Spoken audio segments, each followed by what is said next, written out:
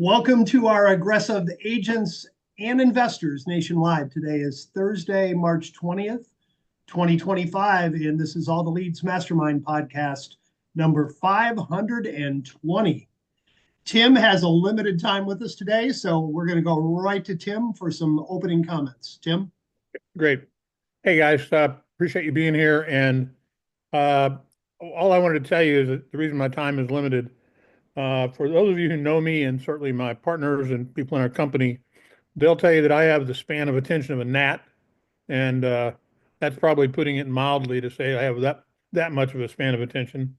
I'm not. I'm probably the archetypical ADD guy, and I've been on a virtual seminar for the last 2 days, and it's got one more day tomorrow. And I've actually sat through the whole thing and taken a lot of notes, and I'm anxious to get back. Um, it's an AI seminar. I am continuing to learn and continuing to both be fascinated and terrified at the same time.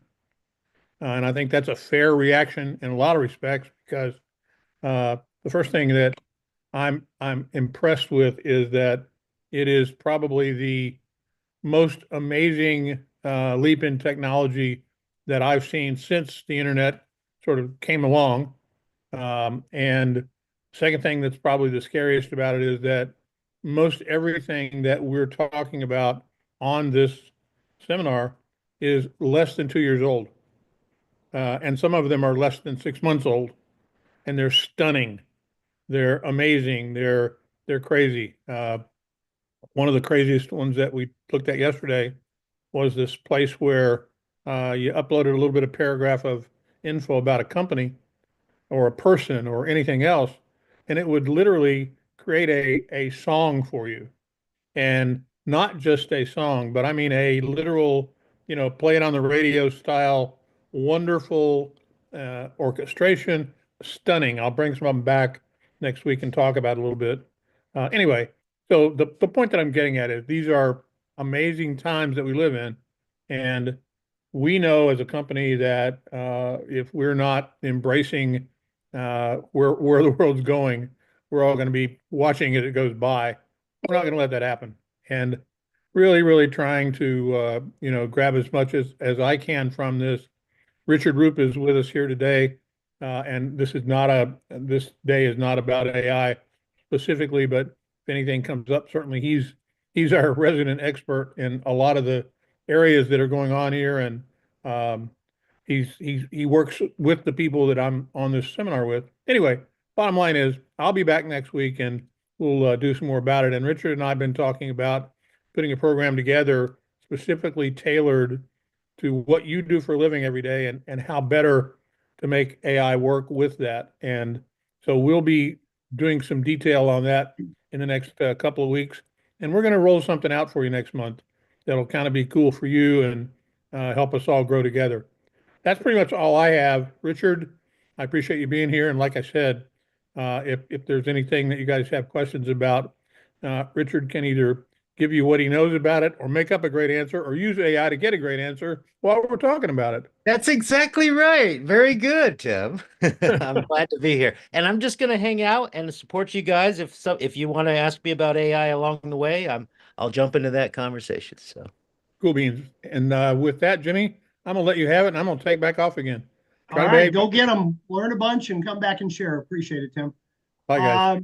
I've got to start off the call like we always do. This call is about you. I have a couple things I can talk about, but we want to answer your questions. We want to deal with your issues. We want to help you with virtually anything. If it's related to probate, divorce, late mortgage, that's great.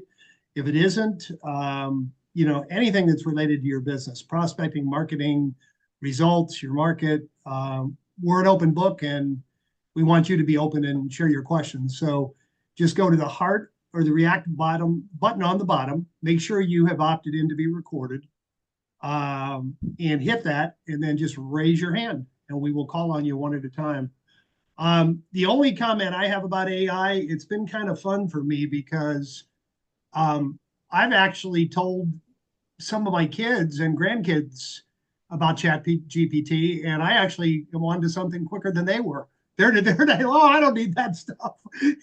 Yesterday, I was talking to the real estate office next to us, and they're probably 10, 15 years younger than me. And we don't need it. We don't need it. He came back the next day and said, now I know where all these people in my market are getting it from. So it's kind of been fun to be a little bit ahead of the curve, even the younger people. So that has been a lot of fun. And like I said, I do have a couple things we can talk about. Let me call on my coaches first. Coaches, Bill, Matt, Aline, Steve, if you're there, anything you want to share or anything you'd like to talk about this week? Jody? No? Don't everybody speak at once.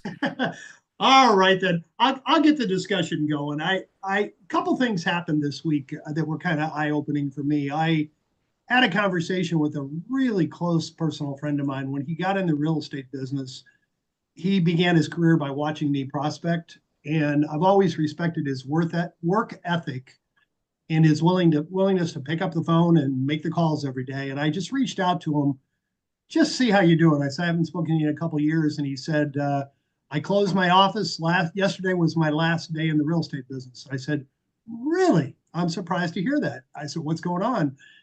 And he said, I'm just tired of competing with the uneducated, unexperienced agents who will list anything at 1 or 2%, and they'll take any listing at any price, and just not fun anymore. So good news for him. He's going back into his first love, which he kind of gave up the career. And so, he's pretty positive about it. But it occurred to me, if that were me today, I would probably be in the same boat because, my first 8 years in the business, I did open houses, I volunteered for floor time, and I put buyers in my car. And the next 30 years, I just got on the phone every day and banged the phones. And I know today I would probably be in the same boat. And initially I thought, wow, if he can't make it, who can? And then an hour later, I came back to my office. I was talking to the guys next door. We have another real estate office that's been there for 20 years, right next door to us. And I said, hey, Lee, how you doing? He said, best year ever. I'm doing great. I said, really? What are you doing? And he said, oh, nothing special. I said, he has a multifaceted approach that he has carried on for the last 25 years. He does do mailings. He does a bit of farming. He does pick up the phone, not nearly as much as my friend that I mentioned. About 10, 15 years ago, he started a property management business. And now he has a business managing condo associations. So the thing that struck me was how diversified he was compared to just picking up the phone. I don't think a single approach works anymore, hardly ever. And another thing I said to him, I said, well, how are you getting your listings sold? How are you listing them? How are you getting them sold? And he said, sphere of influence, they trust me. They like me. A lot of my listings come from people that I've known over the last 20, 25 years. And he said, I don't ever mention a price, kind of like the presentations Scott did for us. I just show them the comps and then I say, well, what do you think? And if they don't agree with me, I'll respectfully tell them why I, think they're off base. He said, basically, I don't list anything unless it's priced right. And then he said, and I market it. I said, really, Lee, what do you really do today to market other than put it in the MLS? And he said, every time I get a listing, I contact my entire sphere of influence. And, who do you know that might, like a property like that? And he said, probably 80% of them sell through the multiple listing, but a good 20% of them, I have one of my contacts will say, oh yeah, I may have somebody interested, and I end up double ending it. So that was kind of an eye opener for me that we always tell you, don't adopt one pillar. Don't just do probate, divorce, do late mortgage. Don't just use one method. Do mail, do social media, pick up the phone, make your calls. And, what if you haven't, I know when I was selling, I used to call every one of my past clients, every one of my sphere at least once a month, unless they specifically said, don't call me so often. And then I'd call them once a quarter. and just, any plans on moving? Who do you know? Who do you know? And what do you do if you haven't been in the business for 30 years? I guarantee you, if you're old enough to get your real estate license, you probably know several hundred people. get a sphere of influence and just make that part of your repertoire. Start calling these people because long term, that's going to be your single biggest asset.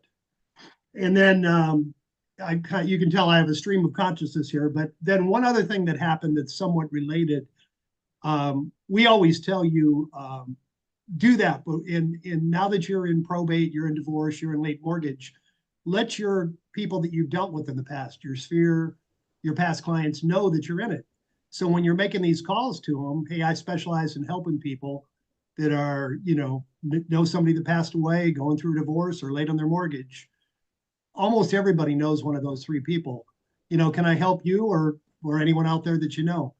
And I know I used to have different themes for my calls when I called the sphere, Happy Thanksgiving, Merry Christmas, the interest rates are down. Something else I saw in the news the last couple of weeks that kind of re-inspired me that how important this is I'm sure y'all followed Gene Hackman and his situation. He has a son who's a probate attorney. But apparently Gene just prepared a simple will himself, I assume, because his will said, I leave everything to my wife. Well, now his wife may have died before him. So he's leaving like an $85 million estate. All of his wife's heirs are going to say, no, he died first. I'm entitled to it. All of his heirs are going to say, no, she died first. I'm entitled to it. Can you imagine how messy and how long that battle is going to go on?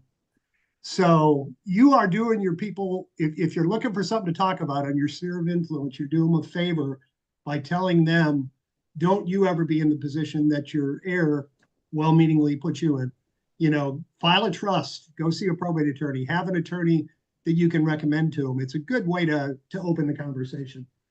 So any thoughts on any of those topics? Bruce, I saw you shaking your head. Anything you want to comment? That's kind of heartbreaking with the Gene Hackman story. I've seen a lot of wealthy people that didn't have a proper estate plan and had major trouble. Their family had major trouble later. So, man,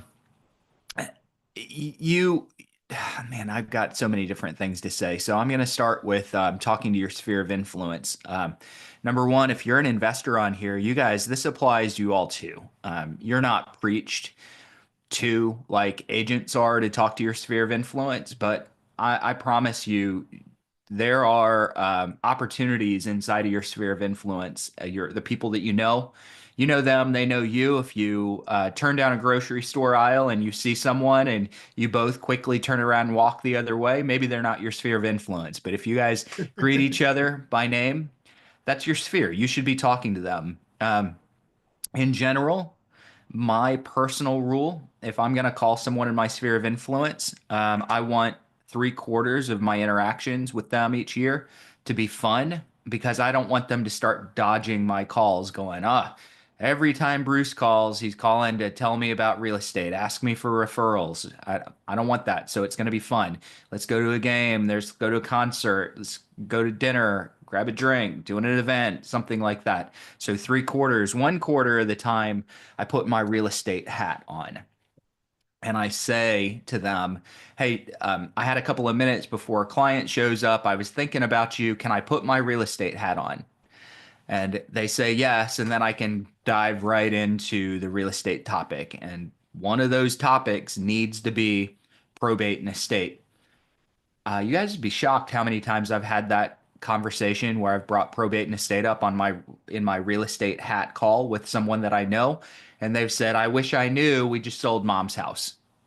And these are people that actively refer me. They're not intentionally sending business to another agent.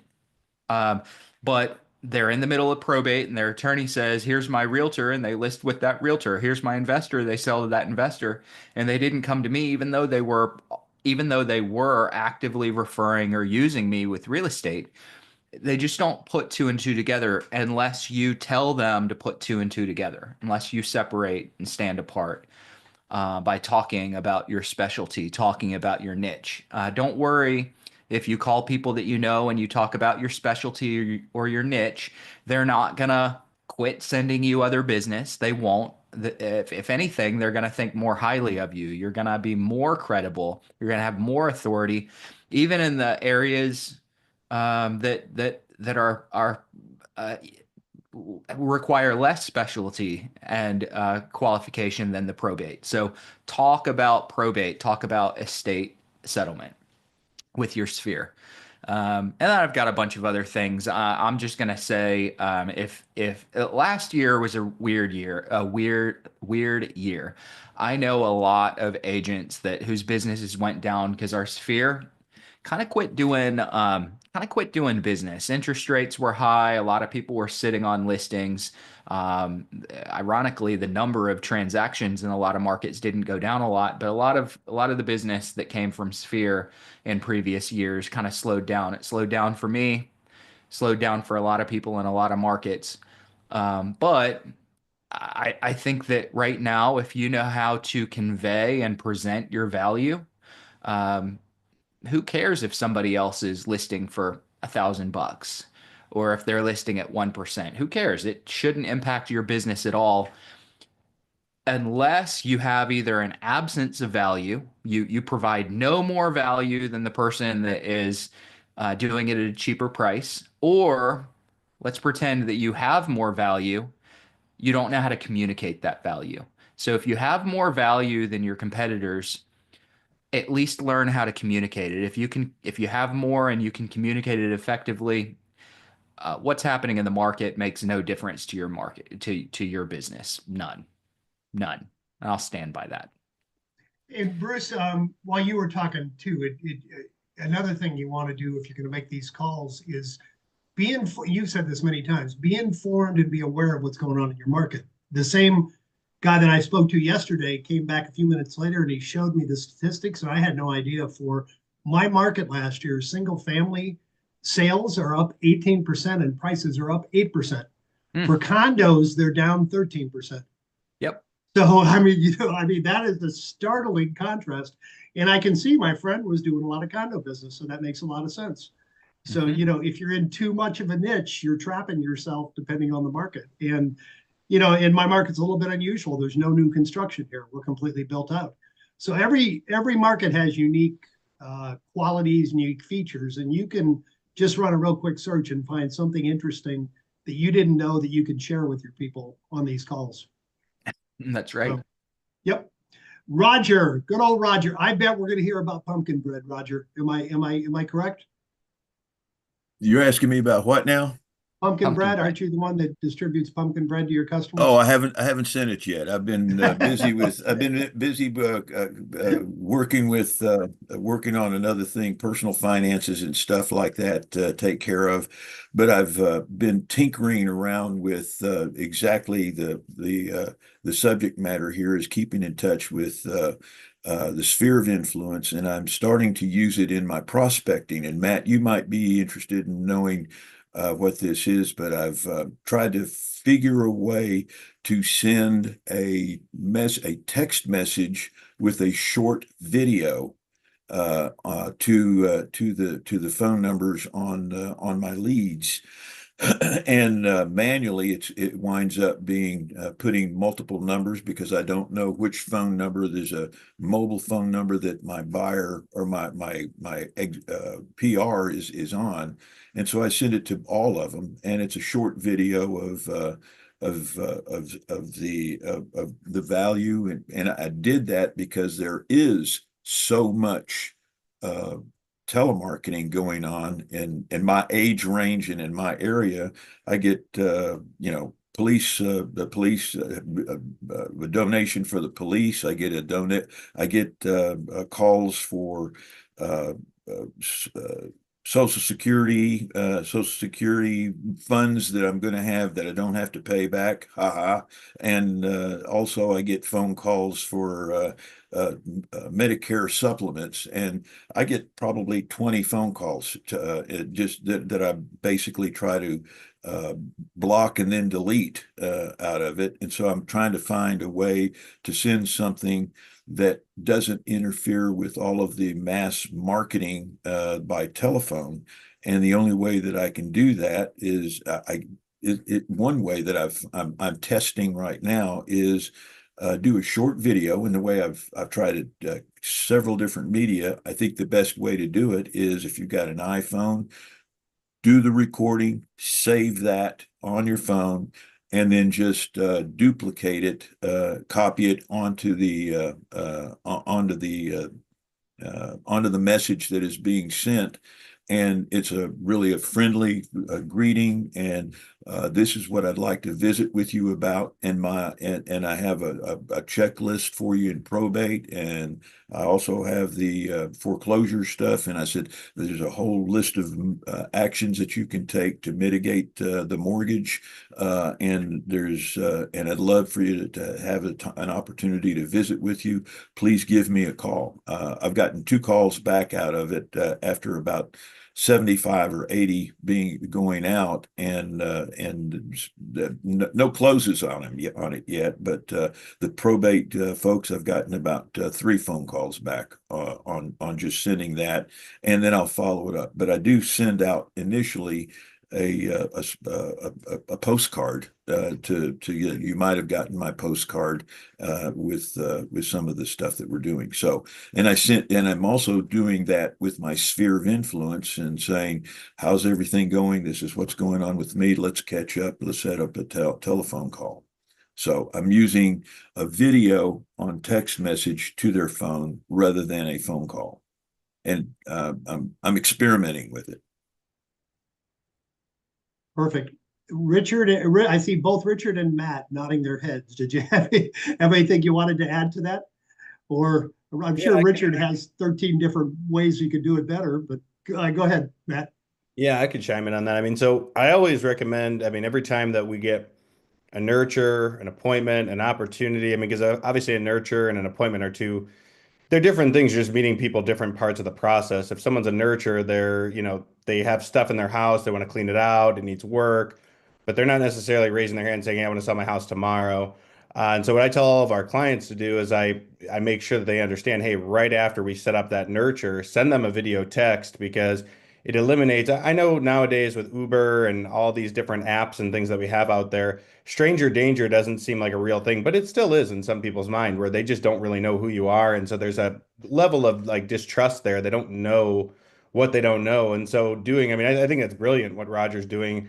And I'm sure Richard can probably piggyback and has probably AI that'll actually use Roger's face and Roger's voice. And yeah, I know the AI element pretty well. I'm sure nowhere near what you know it as, but I've experimented with a lot of that as well. What I have found in a lot of cases is just putting in that little bit of extra work. And even if you just send like even if you send a blanketed message, I know there's ones that you can actually prompt and put in their name. And I'm sure Richard probably knows a better technology than I know, because the one I have makes you literally look like Mr. Ed, where your teeth are like taking a part of your mouth, and it's terrible.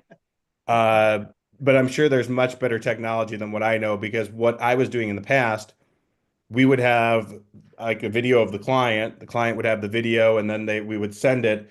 But it was so bad. I would tell the client, I'm like, I can't even present this to anyone anymore, because they're like, it doesn't even look like them. But that's I mean, there's a lot of benefits there. So without further ado, Richard, I'm sure you probably already have a solution for it. So Well, I got the high level proven marketing strategies questions for Roger. Like, why do you want to do a video versus and compare that to cold calling? I want to compare that to just sending a regular text message versus a video. And I did a workshop. In fact, Jim, if people reach out to you, I will allow you to give everybody a workshop I did last year. It's called How to Clone Yourself with AI Video. And it's how to send personalized videos at scale to a list. And you record one video, and the list has their name, and it says like, so when you record, it's like, hi name, I'm just reaching out to you for this, and whatever your message is.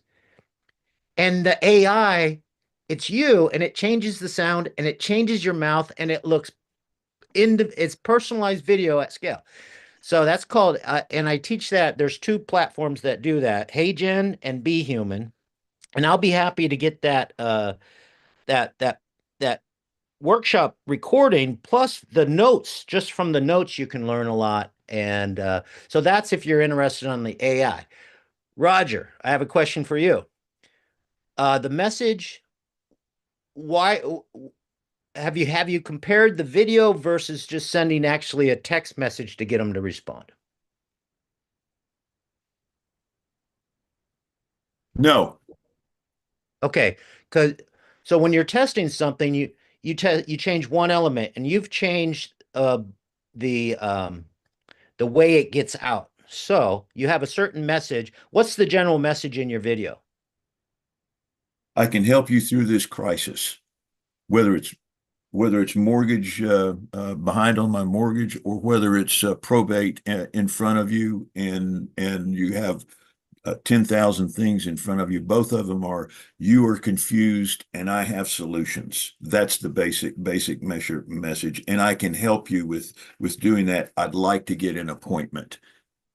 Okay, so you take that message. What if you said that in a text instead? I don't think it would have as much impact. I've not tried it with text, but I'll try it with text Well, and just when you text, the really here's the strategy. Here's the high level strategy. When you text a list, the number one thing you want them to do is to respond. right. Okay. So everybody who responds, now you can send them your video or get them on the phone or answer questions for them. Some people will want to get on the phone. Some people want to go back and forth on text. But when you're going to a cold list or a list that you pulled and they don't know who you are, I would say, here's who I am. I was calling you about this. Is this John? Can you personalize your text? Yeah, you can. Yes, Yeah. And the videos are not personalized, right? That's kind of the same copy for right. everybody that you send it out. Okay. So what my approach and I like the fact that you mailed a postcard, so I would use that approach. Uh yeah, hi, this is Roger. I was reaching out to John about the message I sent in the mail. Is this John? That's yeah, that's I don't know. I hope this is reaching John, because Yeah. I've got four phone numbers that are cell phone numbers, and that come in the list. Yeah, no, They come in the I list. yes, I know. That's why you want to get John to respond Right, because okay, because when you skip trace, you got all these different numbers. You don't know if any of them are good or which ones are good. So you send but you know you're trying to reach out for John, right? right. And I might, if it's an AI, I hope this is John. If it's an AI. Well, if it's in AI, and I've got a variety of No, phone numbers. I would not send vast personalized videos at scale using AI unless you had a good list, unless you knew who the list was. Oh, So okay. if this is for prospecting, then the number one thing you guys want to do when you go out with a text blast, and they don't know you, say, "Hi, this is Roger. I was calling uh about the message that I sent you in the mail. Right. Do I have the right number?"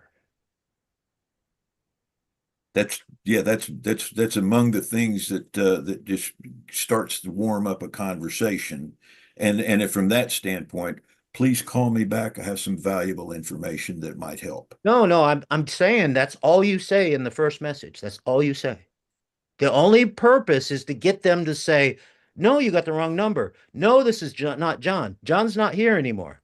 Yeah, this is John." Or who is this, right? Right. And once they respond, then you be totally transparent at that point. Okay. Uh, Okay. and what is your intention? Um, Now, what do you tell people when you approach this list that I know there was a death in the family, or what is this list? What do you tell them? I mean, what are you saying in your video? Uh, I, I know, I can empathize with where you're at. I've buried both of my parents, and I've been Yeah. through exactly what you're I going wouldn't through do now. that until you actually build rapport. I would be more general. Okay. Okay. Like, so what would be a general thing? I noticed that you were on the public records list, or I noticed that there was a death in your family. Yeah, that is the lead in. Is that I'm pulling. I've got the information from you for you from public record, Okay. and I have a lot of resources that might help you. Okay, but you're presupposing that they have a problem or they want help. That's so to soften that up, you would say, um, I got your name from public records, and I I specialize in helping people in your situation. Do I have the right number? So the first one is just, hey, I like the approach. If you've already mailed them a postcard, just say, Right. hey, did you get my message in the mail? Be very vague. Otherwise, hey, this is Roger. I got your name off of public record. I'm looking for John. Is this the right number? Right. Okay. And you could now, is it related to a name or a property? Is it related to a property? Um, it the Yes, it is related to a property, but I try to address the property after I've built some rapport and find the where Okay. they are in the process. Okay. So what you're offering is, um, I got to get clear on what you're offering, because if you're not offering to help them sell the house, you're offering to help them make this a easy time for them, right? You provide a lot of services to people in that situation, right? That's right. So I would keep it very simple in that. And you do that, you don't charge for that, right? No. Well, no, I don't charge for the services that I provide other than the way that I put food on my table, which is Bruce's. I love this from Bruce. The way that I put food on my table is I sell real estate, and I can help you with that if your intention is to sell the real estate. What's going on with the house? That goes on Well, not on the that front comes end out of the later. conversation. That's Yeah, going that's in down. the That conversation. happens much farther. You got to tell them why you're reaching out, and what you're seriously doing is you're reaching out. You got them off of public record, and you provide a lot of free services and advice for people in their situation to make this time easy or something like that. This is what I've got on the postcard. Okay. Yeah. Inherited state estate specialist, seniors relocation, trust and probate. We are not attorneys, but we provide services. We can save time, solve problems, maximize the estate. This is my website, and then on the back side of it is 10 years of experience. We have a full network of specialists, family focused, solve problems, save time, maximize estate, free consultation. Okay. So what is the number one thing you're offering in that postcard? The number one thing, and thank you, Bruce. I appreciate the number one thing that I want them to that I want to convey is I am memorable and I am a solution provider. Oh, but what's the benefit for them? Why should they even be interested in the message that you sent? What are you offering them? What's the benefit for them? Solve problems, save time, and What problem? maximize the problems that are inherent. And what do I do next? Okay, but related to what? An estate, a death, a probate? Yes, a Related probate. a probate. Okay. Yes, probate and trust, and probate, trust, and relocation. So do you want to relate it to probate or an estate or Or uh seniors relocation. Roger, you should put it into estate administration, and that is a blanket that catches probate, it catches other inheritance, it catches everything. So estate administration. okay.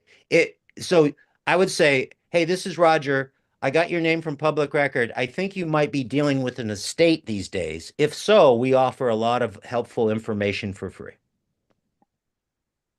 Or something like that, right? Am I on the right track, guys? I think so. I use the expression free resources and guidance. Free Okay, resources and guidance. that there you go. Bruce has got it down. Okay. So a very brief message. Tell them what it's about, and in a benefit for them, and then ask them what you want them to do, which in this case is, do I have the right number? Or would you do you want to talk? But I would just ask them to respond and make sure that, asking, because that's going to clean up your list because only the people that respond and say, yeah, it's me, and then you can follow up on them. All the other ones, if they say you got the wrong number, you don't have to text them again, right? Okay. All right. So I would consider saying the exact same thing in a video. All right. But once they know who you are and what you're offering, then that would be a good time to send them the video. Another thing you could say is, if you did do a mailing, I would say, hey, this is Roger. I sent you a message in the mail last week. I also have a video for you. I wanted to find out if you wanted to receive that. Hey, Richard, thank you for your offer of the course. We've had a couple people already say, how do I get that course, et cetera. And I would ask Alyssa and Connor, what's the best way? We have a couple thousand people watch this, so we don't want everybody calling the office. I want the video. What's the most efficient way to get that to them? Maybe post something in chat. Richard, why don't you send it to Tim or I, or both, if you would, and then we'll figure out the best way to. Here's what it is. Here's what I'll do. I'll send it to you and Tim. It will be a special web page where it has a coupon link because the course is $117. So it will be like an All The Leads web page just for you guys. And you go to that page and you just click on the coupon link and you unlock it for free. Perfect. And then Alyssa, if you would put something in chat, I just off the top of my head, I would think just supported All The Leads and say, I want the free Richard Group video. It'd probably be the easiest way to do it. And then we'll send it back to you unless you have a better suggestion. And thank you, both of you. Great interaction there. Great real life role play situation. So thank you for your help. Saul, you have a comment or a question? Hopefully both. Please unmute yourself. Yes, I do. Hi, everybody. I ran into something yesterday that I need help with. I have a client that I'm working with, and yesterday he asked me a question, and I thought I knew the answer. I told him that since he was the personal representative, he can charge it back to the estate, his time, anything he's put in. Like if he's paid bills from his personal account for the estate, he can charge that back to the estate and get paid that up front, meaning that's aside from he's also an heir, and that's aside from the actual inheritance he receives. I thought that was correct. I figured that he would get paid at escrow, just like I do if I put anything into a sale. I get paid aside whatever I put into it. Like if I buy like a refrigerator for a house, I get paid that aside from my commission. So I reached out to the escrow, and they said no, he needs to go through his lawyer to get that money back. Well, the problem is he's not using a lawyer. So what do I tell him? Bruce, you're muted. Never trust an attorney that doesn't do probate to give you probate advice. And that's what you do. So, what state are you in, Saul? Washington State. Washington State. Okay. So first off, there's going to be Washington State, and each state is a little bit different as to what they will allow the executor to charge for their services. I think North Carolina, it's 5%. I've seen 3%, 4%, 5%, 6%. I've seen everything. So look up what a personal representative or executor can charge for their services to administer an estate through probate. Put that in through and administer an estate through probate, and then I would ask AI since Richard's on here, or I would ask Google, and I mean Google's got their own AI answers that are showing up now as well. I would go there and say, hey, how do I recoup money that I've invested into the probate process? I think that you're correct in your assumption. I believe that you're correct. Title, they don't know. They don't do probate and estate work. There might be a lawyer that answered that, but lawyers don't know everything. They have their specialties. So you're just talking to someone that doesn't specialize in estate and probate or trust and wills. So I would also use this opportunity. So Google it. You'll probably get the answer there. I would Okay. also use the opportunity to reach out to a new probate attorney or a probate attorney that you want a deeper relationship with and ask them. Okay. Um, any excuse to have an interaction with an attorney, I'm going to use it, even if I already know the answer. I mean, so by the time you call an attorney, you're probably already going to know the answer because most likely Google will tell you. Hmm. Call the attorney anyway. Hey, I have a client going through this. I'm trying to figure out when they can get recouped. This might be a question that I would ask an attorney that I already have a slight that we're a little bit familiar with each other. I don't know if I'd cold call an attorney and say, "Hey, can you give me this free advice?" But someone that you're trying to deepen a relationship with would be a good first call. Right. Okay. All right. And just to let you know, I did do a little bit of research in Washington State. It's kind of vague. It says a reasonable amount will be, compensated for personal representatives putting into the estate. Hmm. So that's why I told them if you have the receipts, if you have anything saying that you paid out, just make sure you have that available. But A I don't know. reasonable amount. I like it. Reasonable amount. Perfect. All Hey, right. Thank before you. we move on to Steve, had a question for Richard and or Roger. Roger, it sounds like you're sending the texts individually. Someone asked Richard, do you have a specific texting service that you recommend? Or how do you use it? Do you have one app that you use? No, because I'm kind of a marketing consultant for different companies, they always have their own. And so I always want to know if they're working good or not. So it is a great question. I can Google it. No, I don't Google anymore. I go, there's a couple things, there's three great ways to get answers like this. And one is chatgpt.com. One is perplexity.ai, and one I love now, which I just did a workshop on, is Grok 3. Okay. So go to grok.com. I'm going to go to grok.com right now and I'm going to ask the question. Okay. So the question is, uh, what are the most popular uh, SMS and texting platforms for marketers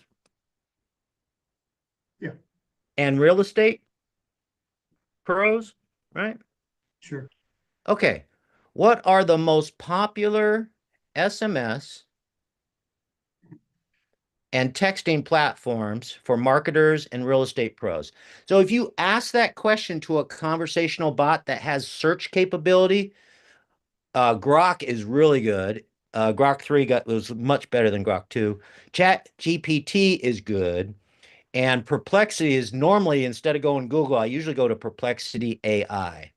So now it gave me a list. I mean, I can show my screen if I want, but it's easy texting, it's simple texting, it's Textly, it's Haymarket. Now Twilio, Twilio, that's what I use mostly. Smarter Contact, Text Magic. I also use Text Magic. Launch control. So there's pros and cons of each. So when you ask AI, the great thing about it is you can go ahead and ask your questions about those particular ones, which are most cost effective, what are used mostly successfully with real estate services, that type of thing. So Perfect. I don't, those are the two, Trilio and Text Magic, I'm currently using now in some campaigns. Um, but yeah, I would ask AI. Does that help? Thank you. Thank you. And before Steve, let's go to Steve before he forgets his question. But in the meantime, Matt, I saw I'm sorry, Evan, EVAN. I saw your question. If you want to raise your hand and unmute and ask it live, otherwise I'll address it for you. Go ahead, Steve, please. So Saul, one of the things I know Bruce has got a lot of things going on in his mind, but in probate mastery, he's very careful about when you get asked those legal questions or even accounting questions that you caveat that you're neither. You don't have a a license to practice law. You're not an accountant. However, what you found through your research from an administrative standpoint, typically in the will, there's language in there that says any expenses that are derived as a result of closing the estate should be charged back to the estate. So that may be a good indicator for you. If a executor, personal representative seeks to be paid or compensated for their time, they also need to consider that there's tax implications for that too. If it's a matter of something that's simple, de minimis sort of a charge or whatever, that can be invoiced back to the estate account. In other words, it's just, hey, I put this money out. It's all I'm seeking back is the money that I put out. And it goes under that one over the world comment in the will that states that any expenses incurred are to be paid by the estate account. And obviously keep the record. I mean, receipts are key. And as long as you have that and you can explain it, why you did it, I don't think anybody will have a problem. So that's just a consideration for you. Yeah. And I just asked, and I'm surprised I didn't give this answer a little bit ago, because this is going to be the case in a lot of states. In Washington, you petition the court. So there's a form to fill out to submit your expenses. You petition the court. They review it. If you can verify and show that those were legitimate estate expenses, they will approve it, and then you can cut yourself a check out of the estate's bank account only after court approval. So you have to submit it on a form, and I don't know what form that is in Washington, but there's a form that he can fill out, go in front of the judge, say, these were my expenses, here are my receipts, approved. You write yourself a check. Perfect. And I was just told that Evan is on YouTube, so he can't raise his hand. He can, but we won't see you. So I'll go ahead and ask his question. Evan, when we were talking about all this marketing and contacting executors, he says, has anybody tried, or has anybody had success with executors that are local just going and knocking on the door? And I know, Bruce, Bruce, Roger, yes. The old 180-degree theory, figure out what everybody else is doing and do the opposite. You'd probably be the only one doing it. Bruce, you know of some success stories with people doing that? Oh, yeah. I know someone listing 6 houses a month knocking on doors. Yeah. Yeah. Doesn't do anything else, just knocks on doors.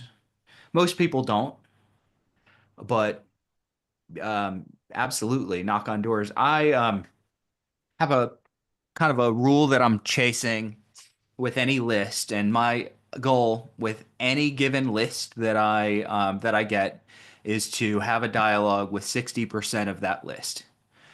And it's hard to do that if you're just calling an hour a day.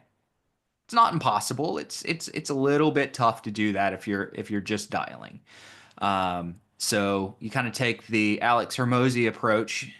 If you were trying to get a hold of a sibling and they weren't in a hurry to answer the phone, you'd send them a Facebook message, you'd knock on their door, you'd call your parents, you'd text them, you'd email them, you'd call again, you'd knock on the door again, you'd do anything that you could to get a hold of that person. So we kind of take the same approach. It's really not that hard to get 60% of your probate leads to engage with you in a conversation. It's not that hard. Not a lot of people do it, but not a lot of people try. And if you're knocking on doors, you'll be probably the only one. Yeah, definitely. Great.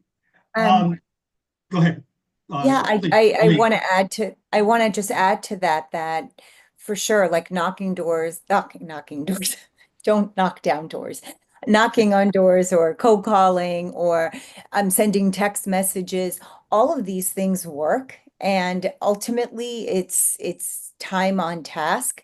What I find is sometimes, we do something or we hone in on one particular thing, whether it's cold calling or knocking on doors or doing something like that. And then all of a sudden somebody from your sphere is calling you and you think, oh my gosh, I should be focusing on my sphere. I should be focusing on this when that particular when that warm lead comes in. It's really just staying on course with 2 or 3 sources that you're consistent with, and then business comes from that. So I definitely agree and want to chime in and say, do multiple sources of reaching out, not so much that you're so scattered, focused and honed in on the things that really work well for you, and then leads end up coming in from that.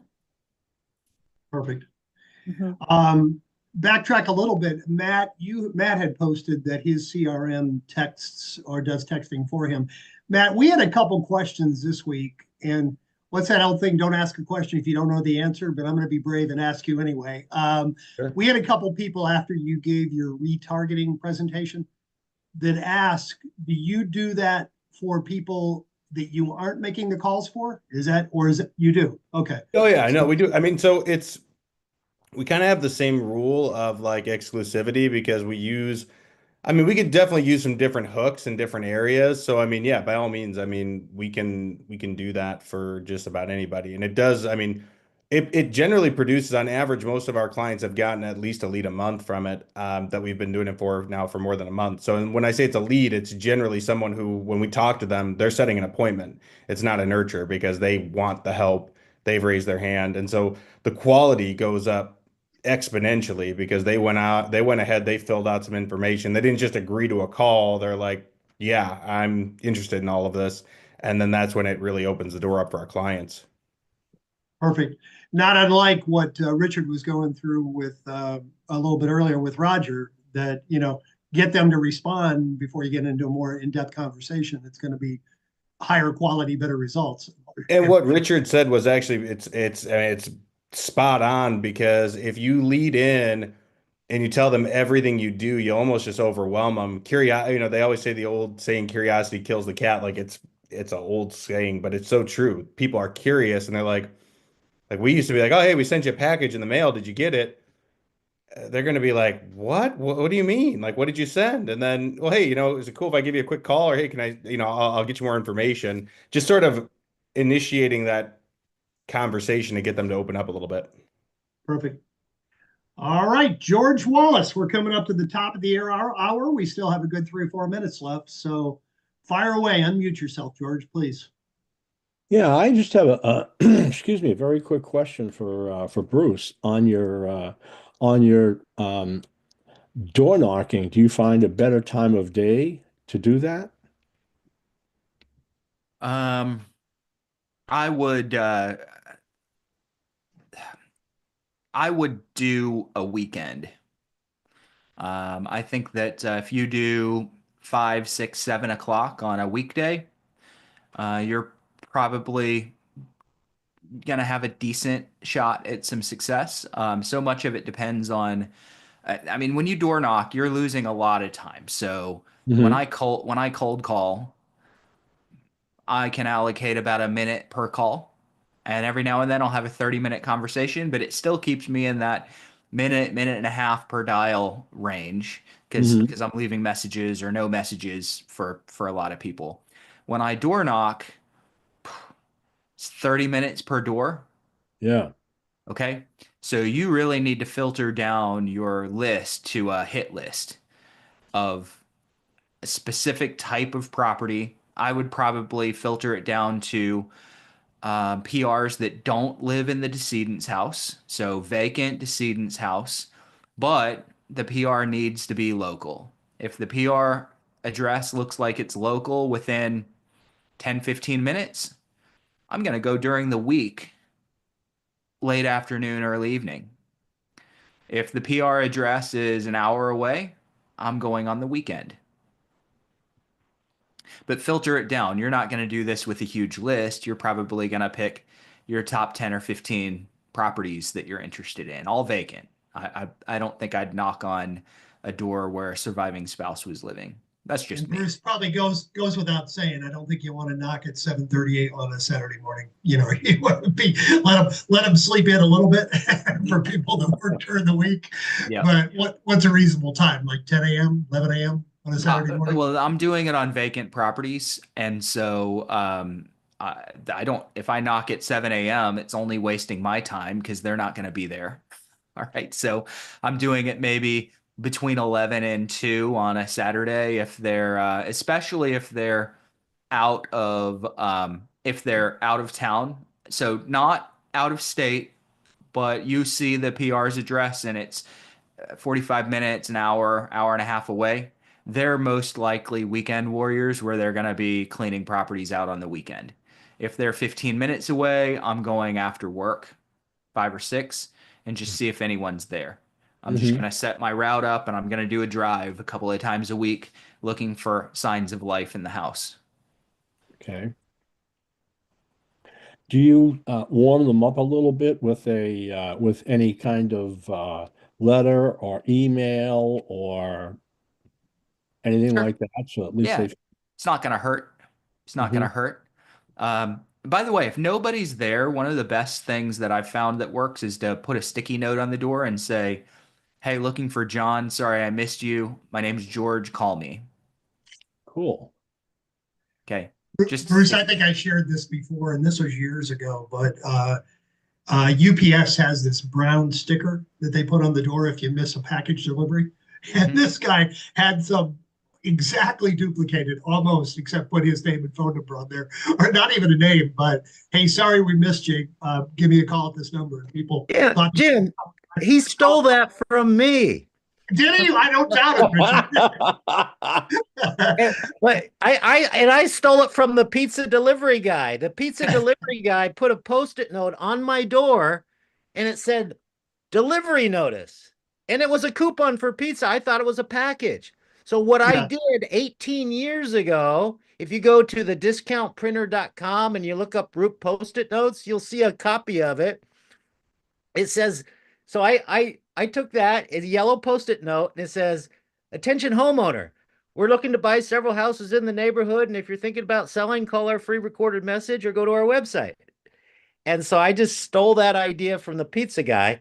And then later I tried to I created a version that looked like UPS with the brown and all of that. So yeah, no, that's called an advertorial approach where you're capturing people's attention by the design of the tool. And I think making people think they got a delivery notice, well, how could you not read it? or respond. And Steve, let's close with you. That was a good post a good suggestion there, Steve, that you just made. Would you share that live? Sure. When you go to a vacant property and you're looking around, like Bruce said, 11 to 2, neighbors oftentimes will take notice. They're out in the yard doing something, particularly now as it's getting better.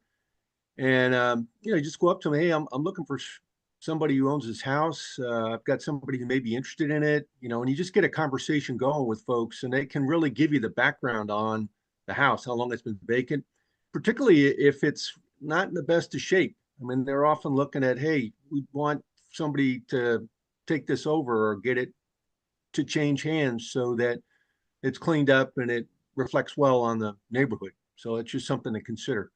No, that's very smart. And it always amazed me, Steve, when I was flipping, several houses a month. A huge percentage of the time, one of the neighbors on either side will have a key. that they've already been entrusted by the relatives ahead of time to keep an eye on it, feed the cat, water the lawn, whatever, bring deliveries in. So that's a great approach. Thank you. Well, guys, we are 2 minutes after a very diverse array of subjects today, but we appreciate each and every one of you for being here.